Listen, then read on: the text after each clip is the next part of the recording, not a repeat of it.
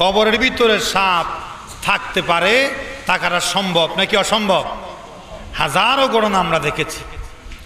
আমি পেয়েছি হায়াতুল হায়ওয়ানাত ঘটনায়, মক্কা শরীফে গেছে হজ করতে, আসার সময় একটি কাফেলা, 4-5 জনের একটি কাফেলা, আসার সময় তাদের মধ্য থেকে একজন ইন্তেকাল করেছে, একজন হাজি কি করেছে, ইন্তেকাল করেছে পথের মধ্যে। তার বাড়ি কিন্তু অনেক দূরে, সেখানে আনা সম্ভব নয়, সেখানেই তাকে দাফন করতে হবে। সিদ্ধান্ত নিল মুসাফির হিসাবে এই হাজি সাহেবকে সেই এলাকায় দাফন করতে হবে। সেই চিন্তা মাথায় রেখে সাথীরা একটি কবর খনন করলো। খবর খনন করার পরে সেই হাজি সাহেবকে মাটির ভিতর দাফন করার জন্য নিয়ে যাচ্ছে। হাজি সাহেবকে কবরের ভিতর দাফন করা হবে, লাশ না হবে। যখন লাশ লাগবে রেখে দিবে লাশ, দেখা যায় ওই লাশকে রাখার আগে কবরের ভিতরে বিষাক্ত একটা সাপ ফানা তুলে দাঁড়িয়ে আছে, বলেন নাউজুবিল্লাহ। সমস্ত হাজিরা ভয় পেয়ে গেলেন, কি করা যায়, কি করা যায়? এই বিষাক্ত সাপের মুখে আমাদের একজন আপনজনকে তো আর দেওয়া যায় না।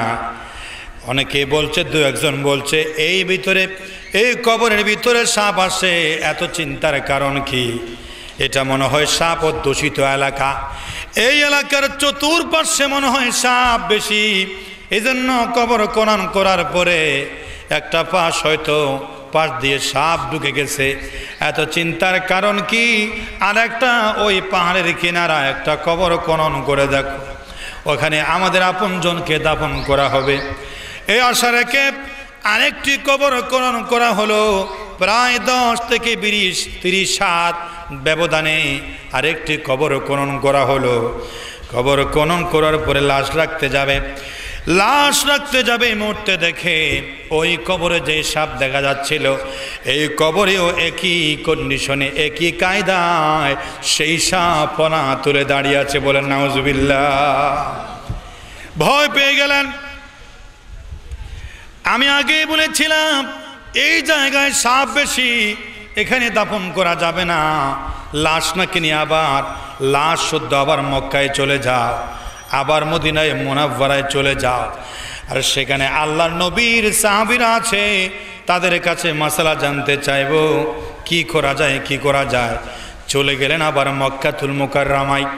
প্রসিদ্ধ একজন সাহাবী, জগৎ বিখ্যাত হাদিস বিশারদ আব্দুল্লাহ ইবনে আব্বাস সেই সময় বেঁচে ছিলেন। তিনি আল্লাহর নবীর সাহাবা, বয়োবৃদ্ধ, দাড়ি পাকা, চুল পাকা হযরত আবু বকরের আমলের ঘটনা তার কাছে চলে গেলেন। ইয়া আমির লে, ও আল্লাহর নবীর সাহাবী, আমরা 2-3 জায়গায় কবর খনন করে দেখলাম, সাপ দেখা গেছে, এখন আমরা কি করব? এখানে দাফন করব? আপনি যেখানে বলেন সেখানে আমাদের আপনজনকে দাফন করব। গভীর মনোযোগ। এই ঘটনা আমার আপনার সাথেও হতে পারে, কোনো অসম্ভাবনা কোনো কারণ নেই। সেখানে আব্দুল্লাহ ইবনে আব্বাস শুনলেন তাদের কথা, আর জানিয়ে দিলেন 2 থেকে 3 জায়গায় তোমরা কবর খনন করেছ। এখান থেকে আমি জানতে পারলাম পৃথিবীর আনাচে কানাচে, গোটা পৃথিবীর যেখানে কবর খনন করো না কেন, এই সাপ সেখানে হাজির হয়ে যাবে। নাউজুবিল্লাহ বলেন, আরো জোরে বলেন নাউজুবিল্লাহ। এই সাপ থেকে হাজি সাহেবকে আলাদা করা যাবে না, জীবন গেল আলাদা করা যাবে না। যেখানেই দাফন করবে সেখানে সাপ থাকবে, করার কিছুই না। তোমরা উপর থেকে লাশ সাপের উপরে ফেলে দাও, কি করার আছে? বাধ্য হয়ে গোটা পৃথিবী তো সাপে ভরপুর তার কবরে। সাপে কাটিবে রে গুর্জ মারিবে রে, কঠিন আযাব হইবে শোনো পাপী বান্দার কবরে, পাপী বান্দার কবরে। অবাক হয়ে গেলেন। হাজি সাহেবরা বাড়িতে চলে আসলেন, আর সেই হাজি সাহেবের বিবির কাছে চলে গেলেন। ঘটনা বর্ণনা করলেন। ছেলে কান্দে, মেয়ে কান্দে, স্ত্রী কাঁদতেছে, কেঁদে কেঁদে হয়রান হয়ে যাচ্ছে। আর সেই হাজি সাহেবরা বলতেছে পর্দার আড়ালে মা তোমার কাছে একটা কথা জানতে চায়। আল্লাহর নবীর রওজা জিয়ারত করছে এই ব্যক্তি, খানায়ে কাবার তওয়াফ করেছে। আমরা জানি, আমরা মনে করি হজ করলে হজ কবুল হয়ে যাবে। না না, এই হজটা হাজী সাহেবের হজটা কবুল হয় নাই।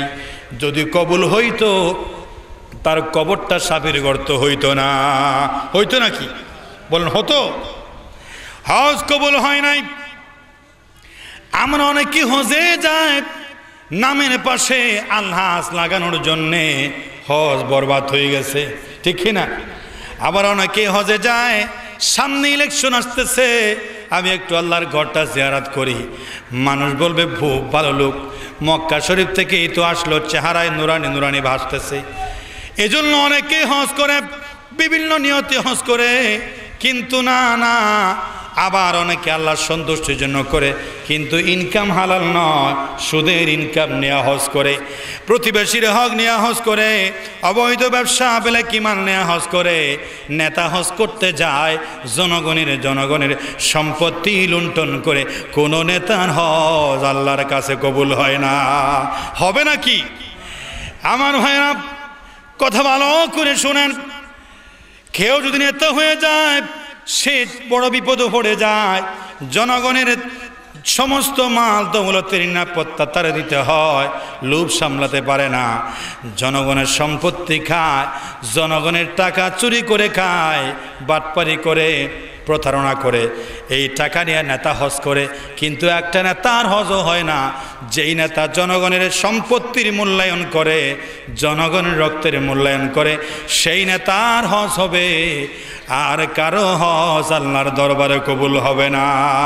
কথা ঠিক কিনা বলেন? কথা ঠিক কিনা বলেন? এ সমস্ত হাজিরা হজ করে এসে জনগণকে ভালো করে গজ করে, জনগণকে কি করে?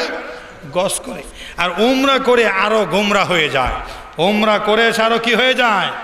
আরো গোমরা হয়ে যায়। আগে মানুষকে ওজনে কম দিত 100 টাকা, হজ করে এখন আরো বেশি ওজনে কম দিচ্ছে, তার মানে বরবাদ। যাক, সেদিকে যাব না। স্ত্রী বলছে আমার স্বামী তো খুব ভালো লোক ছিল, তবে একটা দুষ্টার মধ্যে ছিল। সে যেই অফিসে চাকরি করত, যেই জায়গায় চাকরি করতেন, সেই জায়গার কিছু গম তাকে এক জায়গা থেকে আরেক জায়গায় নেওয়ার জন্য পাঠাতো। তিনি সেই জিনিসগুলো আমার বাড়িতে এনে, পোশাকগুলো তিনি হাতে নিয়ে ভালো জিনিসগুলো আমার বাড়িতে রেখে খারাপ জিনিসগুলো মানুষের কাছে পৌঁছে দিত।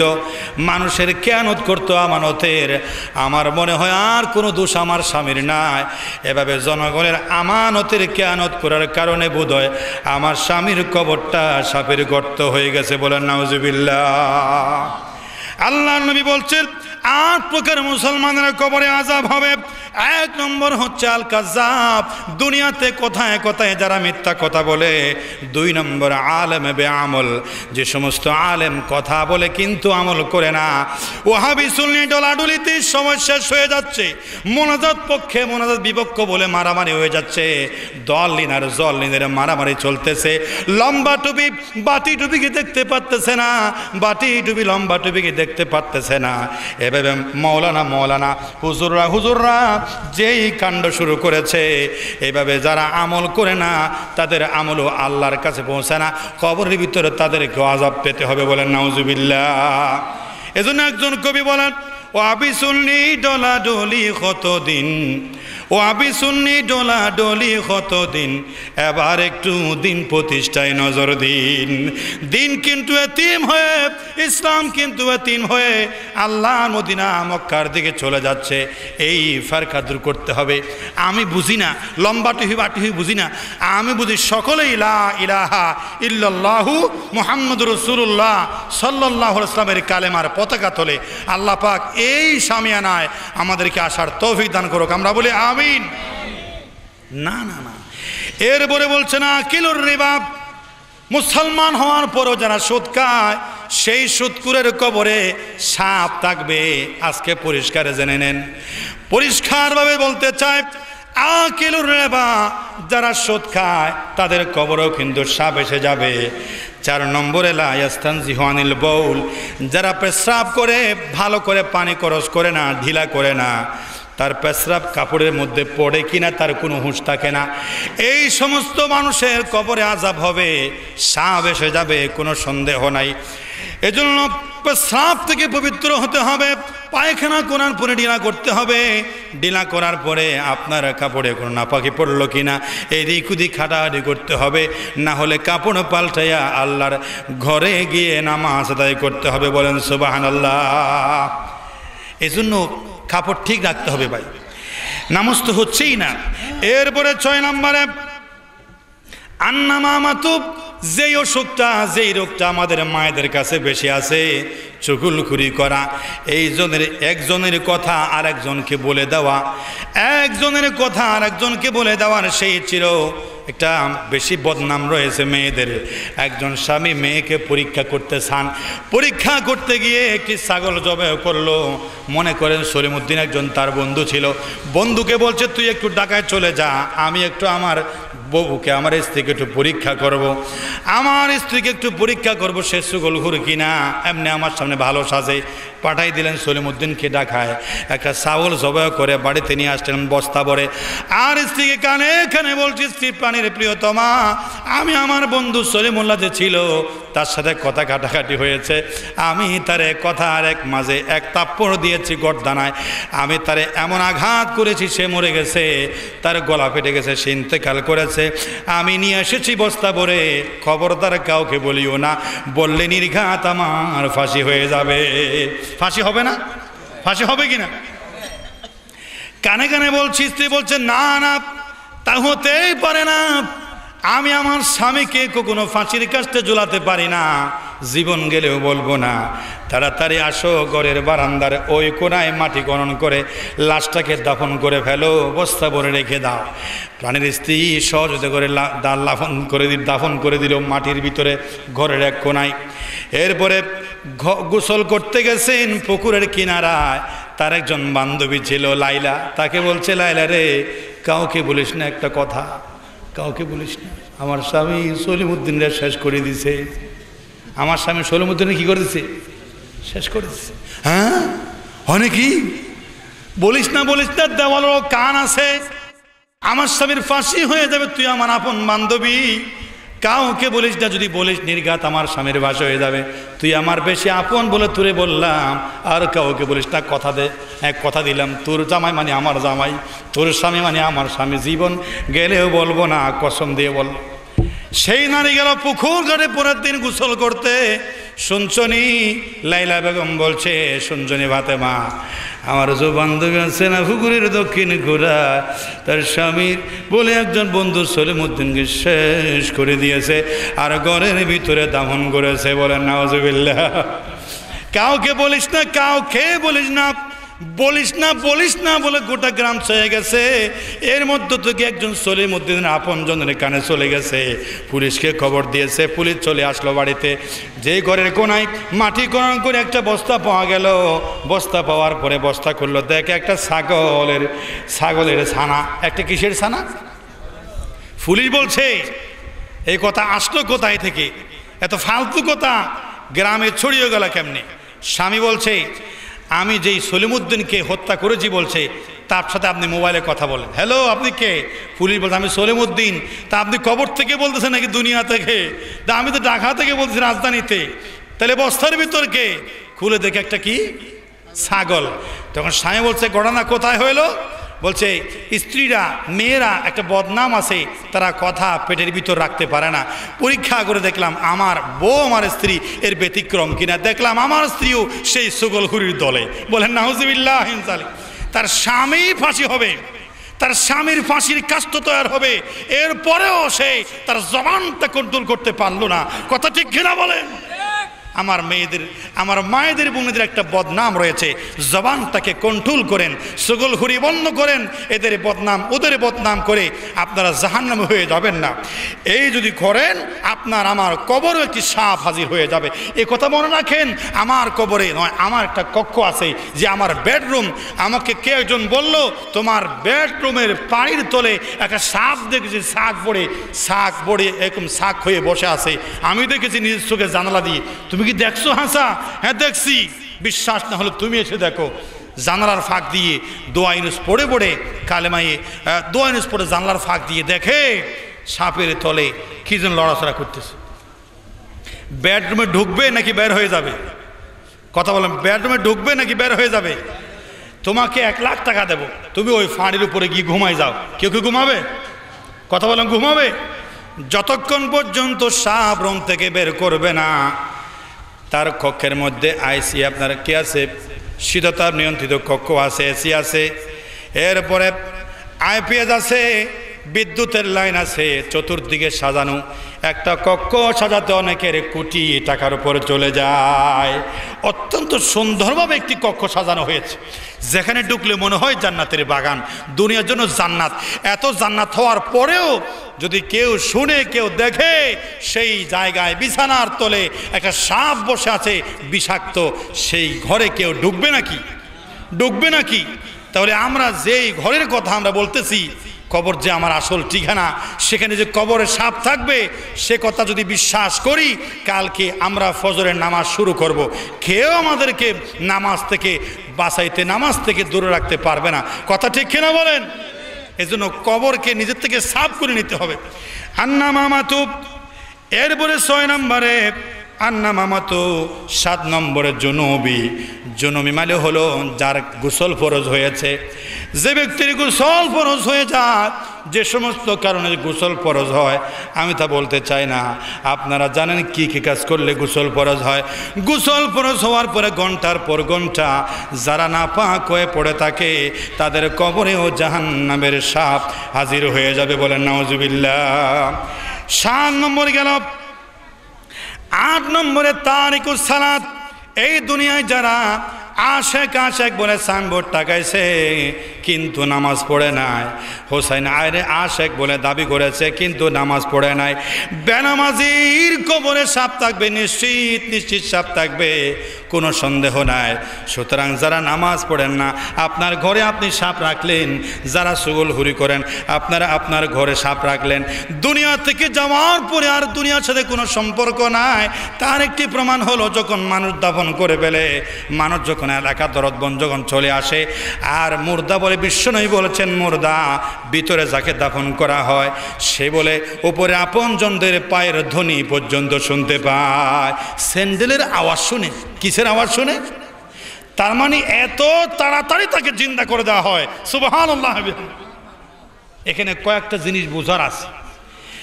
মাটিতে দাফন করার পরে, ছাউনি দেওয়ার পরে, মাটি খনন করে দেওয়ার পরে এত তাড়াতাড়ি আমাদের জিন্দা করা হয়, আমাদের আপনজনরা যে আমাদের ছেড়ে চলে যাচ্ছে, সেই যাওয়ার পায়ের ধরি মুর্দার কানে চলে যায়। আল্লাহু আকবার বলেন।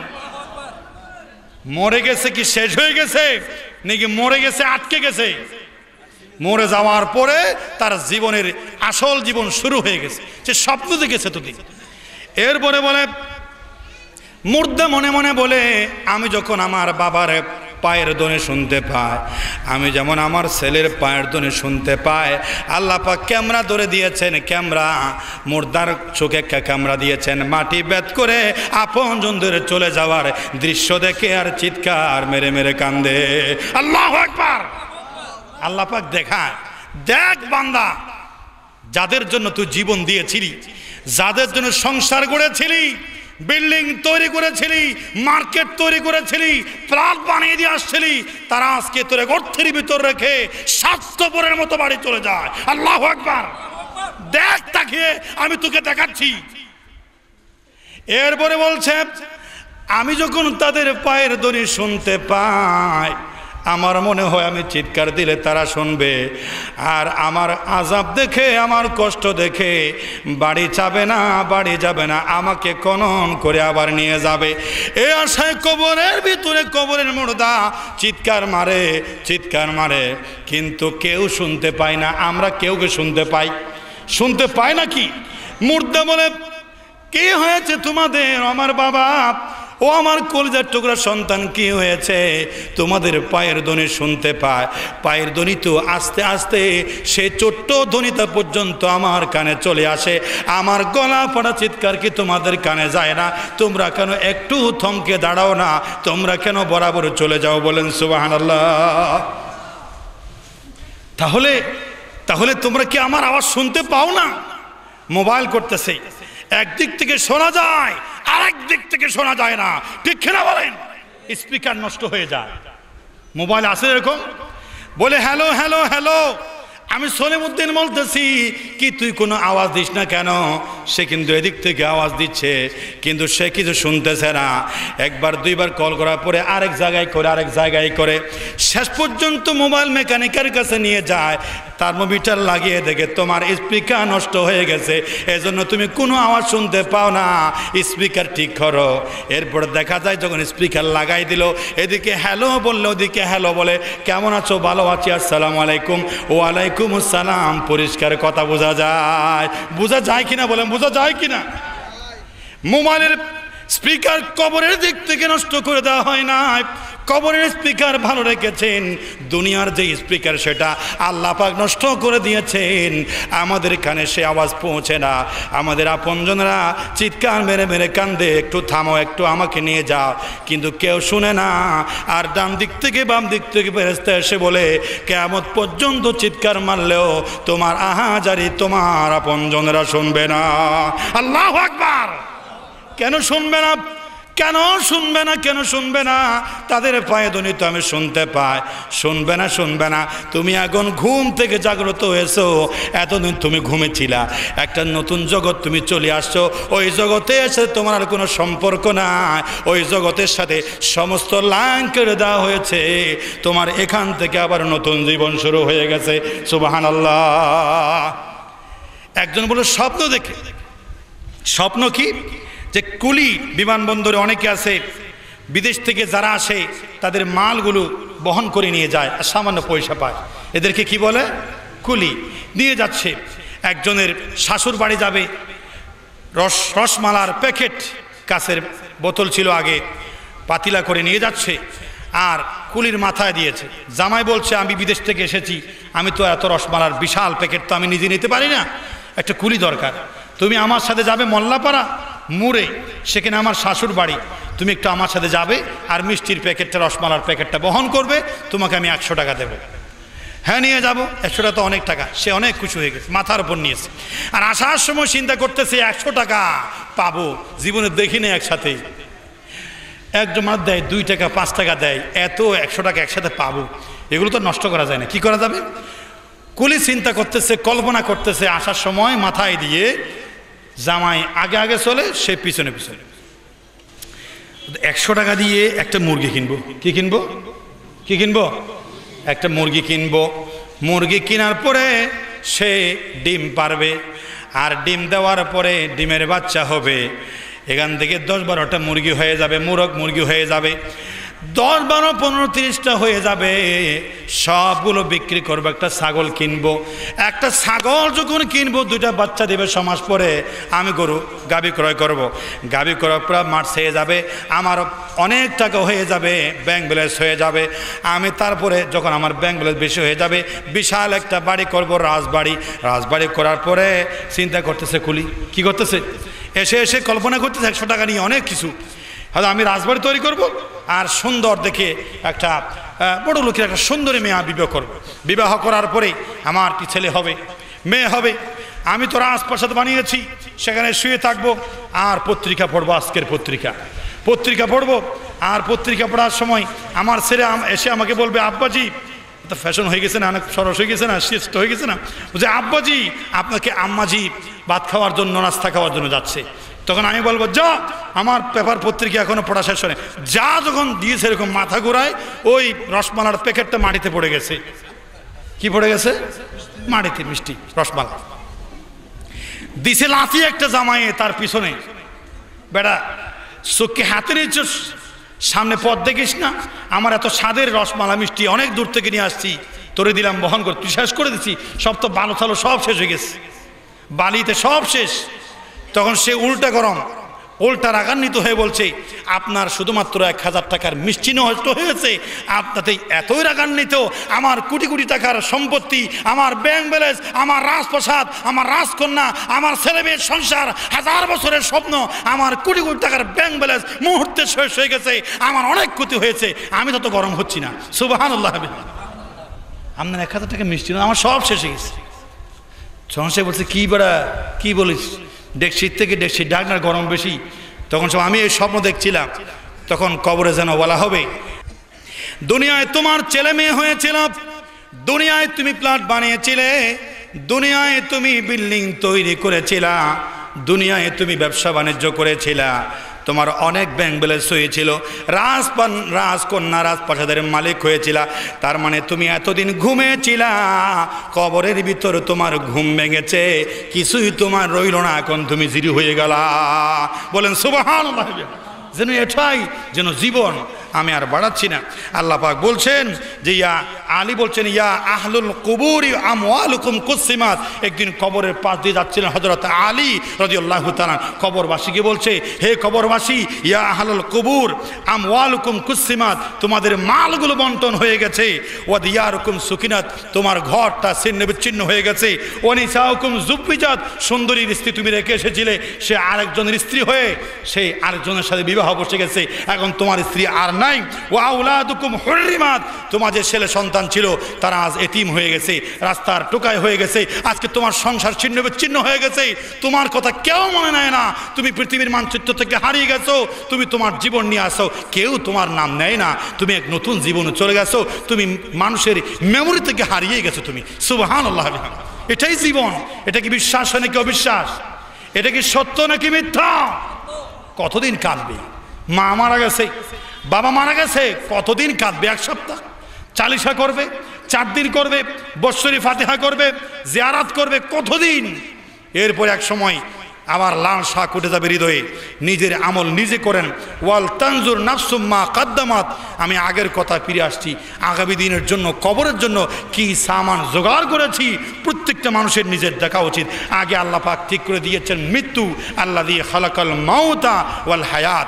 আগে বলছেন আমি তোমাদের মৃত্যু তৈরি করেছি, এরপরে বলছেন ওয়াল হায়াত, পরে দিয়েছি হায়াত। তার মানে হলো বাসায় তুমি থাকো, তোমার বিদায়ের সংকেত আগে। এই বাসায় থাকো, তোমাকে ডিসেম্বরের 1 তারিখ বিদায় নিতে হবে। আগে বিদায় নেওয়ার তারিখ, পরে বাসায়। আগে মৃত্যুর কথা, দুনিয়ায় পাঠার আগে আগে আল্লাহ বলছেন, আল্লাহ যে আল্লাহ দিয়ে খালাকাল মাউত, আমি তোমাদের আগে মৃত্যু বানিয়েছি, ওয়াল হায়াত, পরে দিয়েছি জীবন, লিয়াবলুয়াকুম আইয়ুকুম আহসানু আমালা। আমি দেখতে চাই দুনিয়ার রং তামাশায় পড়ে কে আমার কথা বলে গেছো, কে আমার নবীর কথা বলে গেছো, কে দিন বলে গেছো, আর কে দিনের কথা মনে রাখছো, এ কথা আমি জানতে চাই। পুরা পরীক্ষার হরে আমরা আসি, আমাদের রেজাল্ট হবে হাসরের মাঠে। এখন আমাদের মার্ক হচ্ছে, আমরা আনসার করতেছি, আমাদের প্রত্যেকটি জিনিস খাতায় উঠতেছে। খাতা উঠতেছে কিনা? খাতা উঠতেছে কিনা? হাসরের ময়দানে রেজাল্ট হবে। আমি আর বাড়াচ্ছি না। আল্লাহ পাক আমাদেরকে সঠিক কথা বোঝার তৌফিক দান করুক, আমরা বলি আমিন। চক্ষু বন্ধ করে একটু মনোযোগের সহিত হাত তুলুন, কেউ কারো দিকে তাকাবেন না। আল্লাহুম্মা আমিন। আলহামদুলিল্লাহি রাব্বিল আলামিন ওয়াল আকিবাতু লিল মুত্তাকিন ওয়াসসালাতু ওয়াসসালামু আলা সাইয়্যিদিল আমবিয়াই ওয়াল মুরসালিন وعلى آله وأصحابه أجمعين. ربنا ظلمنا أنفسنا وإن لم تغفر لنا وترحمنا لنكونن من الخاسرين. اللهم اغفر لنا ولوالدينا وللمؤمنين يوم يقوم الحساب. اللهم رب ارحمهما كما ربياني صغيرا. আল্লাহ তাআলা রব্বুল আলামিন মোল্লাপাড়া চৌরাস্তার মোড়, এ আল্লাহ তাআলা বড় আশা করে সারের পর থেকে পর্যন্ত বিভিন্ন উলামায়ে কেরাম আলোচনা করেছেন। সবার শেষে আমি আলোচনা করে তোমার শাহী দরবারে হাত তুলেছি। আল্লাহ তাআলা আমাদের আলোচনাটুকুনের সওয়াবের হাদিয়া, মিলাদের হাদিয়া মেহেরবানি করে তোমার দুস্থ হাবিব, তোমার মাহবুব বান্দা, তোমার হাবিবের নবী পাকের রওজা মুবারকে পৌঁছে দাও। রব্বুল আলামিন, সাহাবায়ে কেরাম, তাবিন, তবে তাবিন, গাউস কুতুব, ফির মাশায়েখ, আউলিয়া কেরাম, বুজুর্গানে দিন যারা দুনিয়া থেকে বিদায় হয়ে গেল প্রত্যেকের কবরে কবরে সবের ঢল জারি করে দাও। বিশেষ করে রব্বুল আলামিন মাহবুবে সুবহানী কুতুবউদ্দিন মহিউদ্দিন আব্দুল কাদের জিলানী রহমতুল্লাহ আলাইহির কবরে পৌঁছায় দাও। রব্বুল আলামিন আল্লাহ তাআলা এ পর্যন্ত যত তোমার মাহবুব বান্দা মুসলমান নরনারী কবরবাসী হয়েছে প্রত্যেকের কবরে কবরে হাদিয়া পৌঁছায় দাও। আল্লাহ তাআলা শহীদে কারবালা এ আল্লাহ তাআলা তোমার হাবিবের নাতি ইমাম হুসাইন সহ যে সমস্ত আহলে বাইত কারবালার প্রান্তরে নির্মমভাবে শাহাদাত বরণ করেছেন তাদের সেই শাহাদাতকে তুমি মেহেরবানি কবুল করে নাও। তাদের শাহাদাতের ওসিলায় আমাদের মোনাজাত ফরিয়াদকে কবুল করে নাও। রব্বুল আলামিন গভীর রজনী তুমি এই সময় বান্দার ডাক শোনার জন্য অধীর অপেক্ষায় বসে থাকো। আল্লাহ তাআলা গভীর রজনীতে তোমার কাছে হাত তুলি। আয় আল্লাহ, আমরা যারা হাত তুলেছি আমাদের মধ্য থেকে অনেকের জনম দুঃখিনী মা আজ এই দুনিয়ায় বেঁচে নাই রে আল্লাহ। আয় আল্লাহ তাআলা, অনেকের বাবা দুনিয়াতে বেঁচে নাই। আয় আল্লাহ, মা বাবা না হলে আমরা দুনিয়া আসতে পারতাম না। আমাদের ছোট্ট মাসুম বাচ্চার লালন পালন দেখে আমাদের কিছুটা অনুভব হয় কি কষ্ট করে আমাদের মা আমাদের বাবা আমাদের তিল তিল করে লালন পালন করেছিল। আল্লাহ আল্লাহ তাআলা গভীর রজনী প্রচণ্ড শীত, মায়ের কাছে তেমন কোনো বিছানা ছিল না, কম্বল ছিল না। আল্লাহ তাআলা গভীর রজনী শীতের ভিতরে আমি মাসুম বাচ্চা শীতে ঠান্ডা লাগবে আমার গায়ে কম্বল জড়িয়ে দিয়ে মা প্রচণ্ড ঠান্ডার ভিতরে সারা রাত অতিক্রম করেছিল। আল্লাহ, আমাদের বাবার পকেটে টাকা ছিল না, নিজে না খেয়ে ছেলের জন্য কিছু নিয়ে আসতো। কিছু না আনলে আমাদের ছেলে যেমন আমাদের সাথে বায়না ধরে, আব্বা তুমি কেন আনলা না? আমাদের আব্বারা আমাদের আম্মারা এমন করে আদর বাসনা দিয়ে আমাদের তিল তিল করে বড় করে সোনার সংসার সাজাই দিয়া, ব্যবসার প্রতিষ্ঠান সাজাই দিয়া, সুন্দর একটা বাড়ি তৈরি করে দিয়া, সুন্দর একটা বিবাহ পড়াই দিয়া আজকে আমাদের আব্বা আম্মা যাদের অন্ধকার গহীন কবরে এতিম হয়ে শায়িত আছে, আল্লাহ কেমন আছে রে আল্লাহ আমরা জানি না। এ আল্লাহ তাআলা তোমার হাবিব বলেছেন বেনামাজির কবরে আযাব হয়, সুদখোরের কবরে আযাব হয়, মিথ্যাবাদীর কবরে আযাব হয়, পেশরাব থেকে পবিত্র না হলে কবরের আযাব হয়, বিভিন্ন কারণে কবরের আযাব হয়। আমাদের জনম দুঃখিনী মা তেমন শিক্ষিত ছিল না, তেমন জ্ঞানী গুণী ছিল না, আমাদের বাবারা তেমন জ্ঞানী ছিল না, কিছুই বুঝতো না। তোমার নাম শুনলে কেঁদে দিত, তোমার হাবিবের নাম শুনলে চোখ থেকে পানি বের করে দিত। আয় আল্লাহ, আজকে কবরে চলে গেছে। আব্বা আম্মার কথা মনে পড়লে আমাদের কলেজা টাস টাস করে কেঁদে ওঠে। আয় আল্লাহ, মেহেরবানি করে আমাদের আব্বা আম্মার কবরকে তুমি জান্নাতের টুকরা বানায়া দাও। আয় আল্লাহ, আমাদের আব্বা আম্মার কবরে তুমি আযাব দিও না।